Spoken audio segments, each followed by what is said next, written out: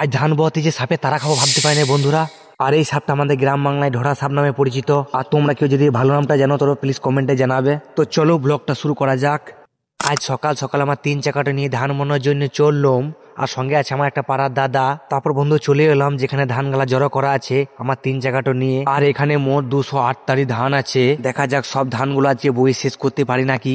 তারপরে বন্ধুরা সে আমার 3 চাকার উপরে চেপে গেলাম।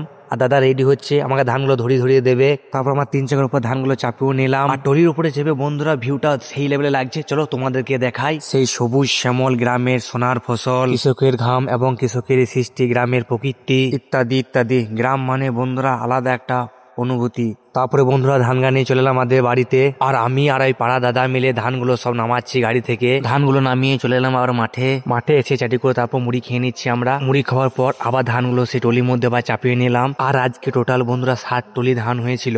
আর সব টলির ভিডিওগুলো বন্ধুরা করা সম্ভব হয়নি। আর লাস্টে টিপটাতে বন্ধুরা খেলাম সাপের তারা। তারপর বন্ধু সাপের তারা ধান ভুঁয়ে প্রচন্ড খিদে গেল, হয়ে গেল খাবার বেলা। তাই চললাম বন্ধুরা বাড়ি। আবার পরবর্তী ভিডিওতে কিছু নতুন কিছু নিয়ে দেখা হবে। ভালো থাকবে, সুস্থ থাকবে।